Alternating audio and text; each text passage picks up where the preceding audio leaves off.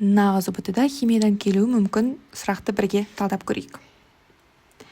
Бізге мынандай сұрақ берілген: іс жүзінде жүрмейтін реакцияны анықтауымыз қажет. Енді жауап нұсқаларына мән беретін болсақ, бізде өнімдер берілген және бұл жерде жай күрделі зат түзілген, яғни бұл орын басу реакциясының механизмі. Сондай-ақ бізде өнімдерде галогендер. Сондықтан біз галогендердің мына бір қасиетін еске түсіріп аламыз. Жалпы орын басу реакцияларында топ бойынша жоғары орналасқан галоген өзінен төмен орналасқан галогенді оның тұзынан ығыстырып шығара алады екен.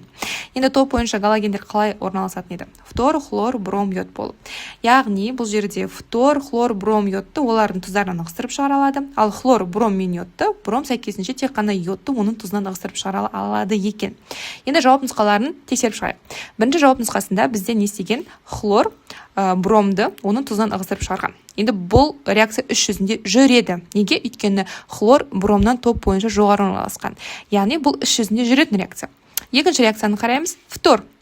Фтор не істеген? Хлорды жай зат ретінде бөлек шығарған және оның орнын басып алған екен.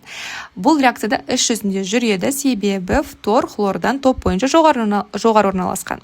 Үшінші нұсқаны қарайық. Үшінші нұсқада йод хлорды бөліп шығарған. Бұл іс жүзінде жүрмейтін реакция. Неге? Себебі йод топ бойынша хлордан төмен орналасқан. Яғни оның күші жеткіліксіз хлорды ығыстырып шығаруға.